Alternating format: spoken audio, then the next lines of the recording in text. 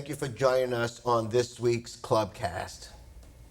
I first want to start off by saying thank you to our community. You guys are doing such an amazing job at taking care of our kids and teens, and as well as our seniors. We are so proud and happy for all you are doing, and I know they are as well.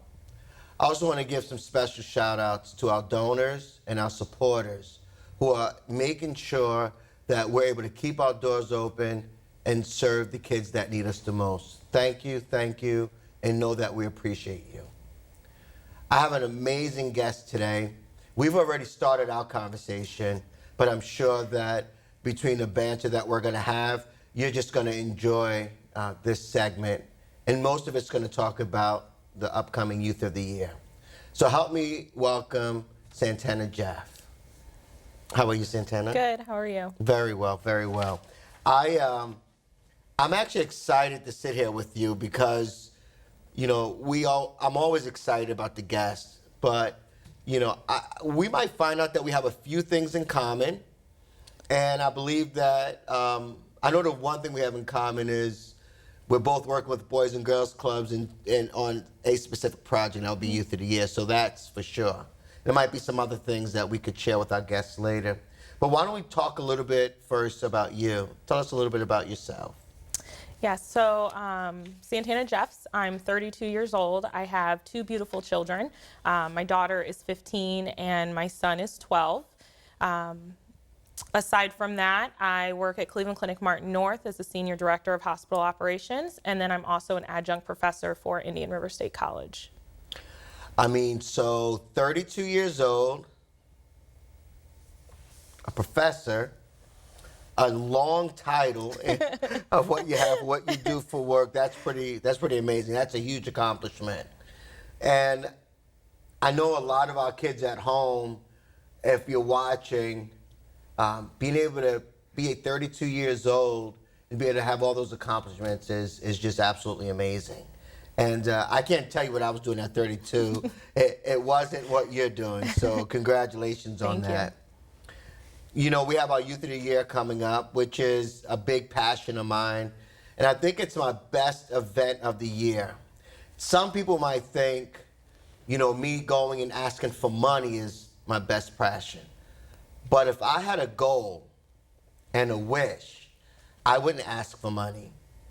I would just hope people would just do it, and so that I could actually pour more of myself into our teens and our kids. Absolutely. Because there's so many kids out there that really need caring adults, walking them through the steps from the day they're born until they become parents, and they are raising families and that sort of thing. So my real passion is making sure that we're prepping our young people for success. And I know that you're going to be a judge for us for Youth of the Year. And I take your position right now very seriously in terms of being this judge, because I believe there's 7 of you guys. There's 5 candidates for this position, and it's very serious for these kids. And you know, nobody wants to lose. And I can tell you this year, Santana, we have an amazing group of kids, and you guys got your work cut out for you. Tell me, why would you want to take on that type of challenge? Well, I think it really comes down to these kids, none of them are going to lose. To make it this far is absolutely extraordinary. The mentorship that they've been able to be a part of, the leaders and the people in the community that they get to work with, I think it's extraordinary. And if there would have been something like this around when I was younger, I would have been, you know, jumping to be at that. So to see where these kids come from and then to see what they're becoming, I think that we're here to build our next generation, and they're going to do extraordinary things, and they're going to be there to help the next generation. I agree with you in terms of no one's going to lose, because what these kids get up and talk about and how they express themselves, just from a public speaking standpoint, most adults don't get to do this ever. But I want to talk about, and just before the show, I said to you, man, I wish I had, there was a Boys and Girls Clubs, I just didn't go. Right. And I wish there was the Boys and Girls Clubs that I could have went to, because I probably would have done a lot better in terms of my character as a young person, in terms of living a healthy lifestyle as a young person. Really even in terms of just giving back as a young person. And so let's talk about that a little bit. Like, you know, if you share an experience, I share an experience of, you know, what could have been different if, like, maybe a person like you or a person like me could have been in the Boys and Girls Clubs? Absolutely. I mean, when I was younger, we had Boys and Girls Clubs, but there was no one to promote it and let me know that I would have belonged there. So for me, I stuck to school, and I was the kid that during the summer, I was the teacher's helper, and I was setting up the classrooms, and that's what kept me off the streets. And to know that I could have been with other like-minded children to build me up and teach me and prepare me that there's another option when you grow up. You know, we're either like the environment we grow up in, or we get to be something different. And I think that would have been extraordinary. So what these kids have is, especially in St. Lucie County, is it's so promoted, and we're welcoming them, and the doors are open, and we're telling them, come here, we're here for you, and they can make it their own story. I think that's pretty extraordinary. Yeah, I think what you're saying is so on point. I know when I was growing up, you know, my first, I'm gonna say my first way into knowing that I had to do things different is when I joined the military. And when I think about being a young person, growing up in Brooklyn, New York was so different, you know. So they said by the time we were 12, we probably were like 20 in terms of, you know, having that street knowledge. But being able, for me, going into the military was a huge asset for me. But I wish that I would have had a Boys and Girls Clubs. And I'm not bragging about myself, but I wish I would have had somebody, you know, like a Will Armstead that really cared about what was important for me as a young man. And just looking at you as having a doctorate and being able to be a professor, having a really good job, is just, it actually warms my heart to even hear you say that, because I just think it's amazing. You know, when we look at our kids, you know, so we have five kids that are going, and I'm not going to, you're a judge, so I'm not going to give you all the information about them. So we have Essence, Ramirez, Ellis, and Broniel, and Talea. And if they're listening to this, they're going to be like, Mr. Will just messed my name up really bad. But I see them past their names, and so I get to watch each one of these babies, as I'm going to call them, for this segment, and just look at their smiles. And some of the things that these kids are going to share with us, they're actually going through it today.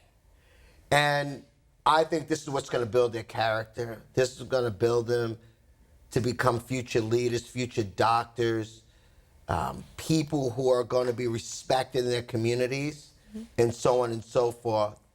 So you got your work cut out for you.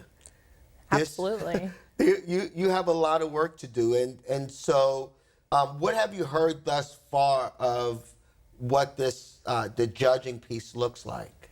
I got a little sample last year, so I got to go to the celebration last year, and I went as a guest, the sponsor, because Cleveland Clinic, we sponsor every year, and every kid brought me to tears, and I was just like, they're going to be the leaders, you know, they're going to be able to make a difference. And so this year I got the opportunity, I was asked to become a judge, and I knew it'd be difficult, but I think the hard things in life are the best things in life. So if it's difficult for me, then it's worth it for them. And so I'm really excited to, you know, finish up. I'm reading their essays right now, and I'm really excited to meet them in person next week. So I'm okay with having my work cut out for me, because we have 5 amazing kids in this year's Youth of the Year. That's awesome. And if you had to have a brief moment with each of them, how would you walk them through working and overcoming adversity? I think it would come down to believing in yourself. I know that for me, the moment was when I was a teenage mom and I was 16. I was always in my academics, and I was always in some type of after school activity, but I didn't know where it was going to take me and how would I get out of the depths of the environment I was growing up in. And when I realized that I had someone else that I had to care for, I realized that I needed to be a role model. So regardless of me being young and not knowing how I would care for my daughter, I realized that I needed to graduate high school early and I needed to go as far as I could in college. So that way when she's now this age and she's 15 and she says, Mom, I don't want to do that, or something, I can say I did it. I'm not asking her to do something I didn't. So they need to believe in themselves and then set those goals, set small goals that'll get them to their big goals. And by doing that, you continue to achieve, and it's worth it in the end. Wow. So I want to stay on that for a little bit. And the reason I want to stay on it a little bit because you're 32. And I think it's important that people know that you're 32 and have achieved all these goals. And, you know, when you look at the kids that are the teens, the young adults, we're going to call them young adults here, right? Absolutely. They're 16, 17, 18 years old, right? So in some cases, you just half their age. You could actually be their big sister, right? Yeah. So you definitely have what could really benefit them and really get them to like listen and share with them. What do you think is, based on what you've read so far, you can't get into details, right? Because it's a judging, right? But can you just give me like a little synopsis of like their world a little bit of just diversity from a diversity standpoint? I think that with each one of the young adults that we're judging, they all come from something different. And I think that as a judge and as an individual, you can find a little bit of yourself in each one of them. But what they have that's powerful that I've seen in all of them is that they have hope and they have light and they have strong mentors. So I see perseverance and I see them, they're actually proud of where they come from and what they've done. And I think in the end, that's what truly matters. You can either let yourself get beat up for the hard times, or you can take it and turn it into something wonderful. And that's exactly what each of them are doing. So I think that's why we have our work cut out for us, is because it matters to them and they care and they're breaking the mold. You know, they're not becoming another statistic. Each one of them is breaking the mold. Well, we have about a minute left on the first half of this segment, and I want to keep talking about the kids because a lot of times people think we're just talking about, 5 kids that are in this process, this Youth of the Year process. Right. But, when I look at these kids, there's thousands that we serve every year that are going through the same exact thing. There's a couple thousand kids in our school district that are homeless. There's a lot of uncertainty in a lot of these kids' lives, but they still have that hope, as you said, that they could make it through, and they're willing to take the chance. And for you and for me and others that are mentoring these kids, I think it's a big deal. Absolutely. Well, we're going to come back here shortly and talk about some more of these 5 kids. Wonderful, I said kids, but young adults. So we'll be back shortly.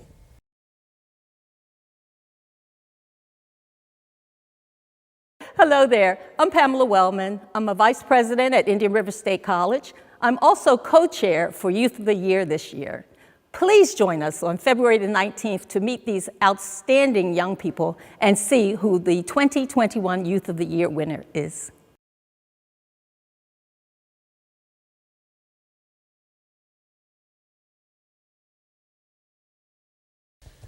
Thank you for joining us. I'm going to continue this conversation with Santana. It's actually, can I just call you Dr. Jeffs? You can.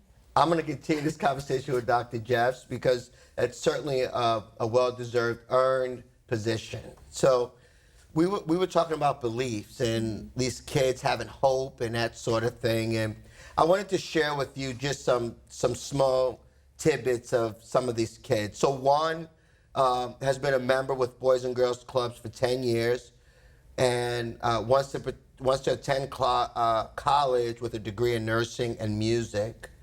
One wants to be a neurosurgeon. One of these kids, one of these young adults wants to be a public defender. There's a theme here. They're all serving the community. They all want to give back, Right. right? Mm-hmm. And you know, that's what we're supposed to do. I mean, Right. it's not like we come up with that on our own, right? Right. I don't want to get, I don't want to start getting in church and all that stuff on you, Right. but the reality is that's what we're supposed to do. We're supposed to give back of ourselves, and all of these young adults want to give back to their community. Right. The other thing that I'm very proud of, these 5 young people, and in previous years, almost every one of them want to come back to their community and serve in their community. And so that makes me very happy that not only as a Boys and Girls Clubs, we're teaching good character and citizenship, we're teaching how to give back to your community. They have tons and tons of volunteer hours. They're taking us into their adulthood so that they can come back and do the same things for their younger siblings, for their community. I tell you, and Melanie Wiles, who's our Chief Operating Officer, we still get the young people to come back after college to share their experiences. We have one of them that's is going to be a pharmacist, and that's happening, I think, in May. She graduates, and it's a big deal. It's amazing. It's a big deal, and she's gone to school straight through, and me and her dad talk all the time. But we have some of our young people who end up in D.C. They work under some of the senators. We have just a wide range of young adults that are growing up doing some amazing things throughout the community. We actually have one of our young people that left here to go work for the National, for Boys and Girls Clubs of America. So, when you look at having somebody at the age of 9 or 10, and they spend their whole time with Boys and Girls Clubs, then they end up working for Boys and Girls Clubs, and they just see that the opportunities are endless. One of the things that I hear a lot of times about young people, right? Everybody says young people are lazy. Young people, all they want to do is play video games. I don't believe that's all true. I don't believe that for a second. Right? Tell me what your thoughts on that. I think if you can find something for them to grab onto. So typically with the Boys and Girls Club, they get a family, and that's why they come back, right? So once you have a family and you matter, right? It's about having a purpose and mattering. And once that happens, it's not about, kids will be kids. There's always a purpose behind it. And, for example, when I hire people at the clinic, I ask them, make sure we're the right fit for you too. Make sure that this can be a family, because we get paid in 2 ways in life. You get paid by money and you get paid by time.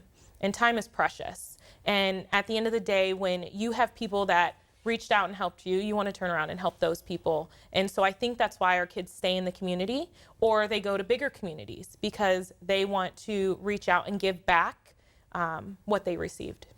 No, you're so right, and it's funny. I was having a meeting with my team about 2 months ago, and we were talking about a workforce development, and I'm like, we have our workforce development right around us, and we're teaching these young adults. Some have been with us since they were 6 years old. They become 16. If they don't have a work ethic by the time they're 16, having been with us since they were 6, then I kind of take it personal as to what didn't we do? What could we do better? Now, what can we do better? Right. And so we have a workforce development that is just out of this world. It's giving these young people opportunities. And 3 of the Youth of the Year candidates work for Boys and Girls Clubs. And they're 16 and 17. And they have worked for us for a year or more. And so we want to make sure that they're not only just having this title, because each of them are Youth of the Year for their specific club, but they're good employees too. And I want to make sure the community knows that they have to hire our kids, because they're our future, and we have to be the ones to take a chance on them. And my staff knows that if we expect the community to take a chance on our young people, then we need to take a chance on them too. Absolutely. I think it's so important, and teaching our children strong work ethic. It's not necessarily about the skill. We can teach the skill, right? We can get them in the right trade schools, or they can go and get the right degree or learning or on-the-job training. But coming with that work ethic, being a team player, being able to be professional, learning how to speak well, I think that's what's important, because we want someone, there's certain things you can't, once you're in the workforce, you can't teach somebody, right? You can't teach the ability to want and the will to work with people. So to be able to teach the kids at a young age, and that becomes who they are, that will open up every door in the community, if they're willing to learn and they're willing to be a team player and they're willing to help the community. Well, you hit it right on the head. I mean, you talked about those soft skills, and that's really what it comes down to, and that's what we get to do with these teens all the time. The whole Youth of the Year process is really grueling for these kids, or these young adults. I tell you, they have to go through not only writing essays, but they have to get recommendations. They have to be in front of adults speaking, and I mean, the whole public speaking piece, like I said, most adults won't get to do this until they're older, or never. Or maybe they take a public speaking class in college, but that's about it. But these young people get to rehearse and speak, and you watch their confidence grow throughout the whole process. And when you talk about soft skills, they're hearing and seeing what the adults want, right? Right. So how cool is it for them to get in front of somebody that hires at Cleveland Clinic? Right. As a person that hires folks, you're looking at even the young people and saying, hey, I would hire that person if they were a little bit older. And so we're teaching them some of these soft skills to make sure that they are hireable in the future. And so as a judge, we're very methodical to make sure we're putting the right people in the room, right? Because absolutely. we want to help you build your workforce in the future as well. I think it's important, Youth of the Year, to see that on a young adult's resume. That's work. And they're proud of it at the end because they worked for it. It wasn't given to them. It's not a title that can just be given to them because of so many years. They have to work for it, and it's supposed to be hard. And when something's hard, you cherish it and you appreciate it and you're proud of it. And so to see Youth of the Year on anyone's resume, any community or large organization should be proud, because they've done the work. They did it. That's amazing, and you're so right. I want to talk about Cleveland Clinic a little bit, just in general. Cleveland Clinic has been a sponsor of Boys and Girls Clubs for many years. And I mean, sometimes I'll see on Tommy John's computer, who's overseeing our Youth of the Year process, and I'm like, Cleveland Clinic is on a Zoom again? And so I think there's a couple of you from Cleveland Clinic that are working with us, and it just shows such a commitment from Cleveland Clinic, and we really appreciate the fact that you all take the time out of your day, and it's hours, right? It's just not a 15-minute, just go ahead and read a couple of applications, but you guys are like on Zoom sometime 2 and 3 times a week, and maybe more, kind of prepping the kids. Have you been on some of those? You've been on some of those Zooms. Not on the Zooms of prepping the kids. This year I'm a judge. I'm hoping to be able to do something like that next year. Okay. It's impactful for us, but it's also giving back. And the Cleveland Clinic is big on being a part of the community and partnering with our community partners, because you can't do it by yourself. It's cliche, but there's no I in team, and the clinic really, that's how it's built. Even when we look at our individual departments inside of the organization, not one department runs solely by itself. It needs interdisciplinary connections, and it's team within teams. That's what we're always telling everybody, teams within teams. And Cleveland Clinic working with the Boys and Girls Club is teams within teams. Well, we appreciate the opportunity to be a part of you all, because it's been, when we put Cleveland Clinic next to our name, it's like, that's pretty awesome. Right. That it's just not, and we talk about people who give generously, and we appreciate that, but you cannot substitute the one-on-one interaction that we get to have with Cleveland Clinic and some of our other folks throughout the community that are making sure we're taking care of our youth. And Absolutely. as I said, I mean, we have one that wants to be a neurosurgeon. So I would love to be able to see, 10 years down the road and say, this kid was actually, or this young adult was actually a Youth of the Year candidate, and look at him today. And so there's just a lot of that going on. So we appreciate what Cleveland Clinic is doing. Anything else that you want to talk about in terms of Cleveland Clinic? Not too much. I mean, Cleveland Clinic, we're very busy right now, so we're continuing the integration of Martin Health and Cleveland Clinic. We're very excited for the different services that we get to bring into the community and continuing to partner with amazing organizations like the Boys and Girls Club so we can help build that next generation. Oh, that's amazing. And I tell you what, I mean, it's Cleveland Clinic is not just doing it for Boys and Girls Clubs. I see you guys volunteering Absolutely. for other organizations throughout the community. And I think it's great when companies know that that's how you build a community, is they have to get in the community and make it happen. And so thank you, and to your CEOs and everyone else that really allow this to happen. We have about a minute and 15 to go, but I wanted to just talk about one last thing, the night of the celebration. That's a big night, Huge night. And I didn't know if I was going to bring it up, but I was just thinking in past years of just how kids are just really nervous. And so because of COVID, we're having to do it so different. Mm-hmm. And so we're going to have some watch parties. Yep. One of the watch parties is going to be at Two de Fresco's, and the other one's going to be at Kyle G's. Mm-hmm.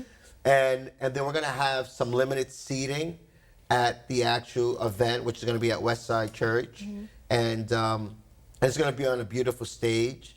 So there's going to be some nice camera, some real camera action happening. And we're going to make the kids feel special.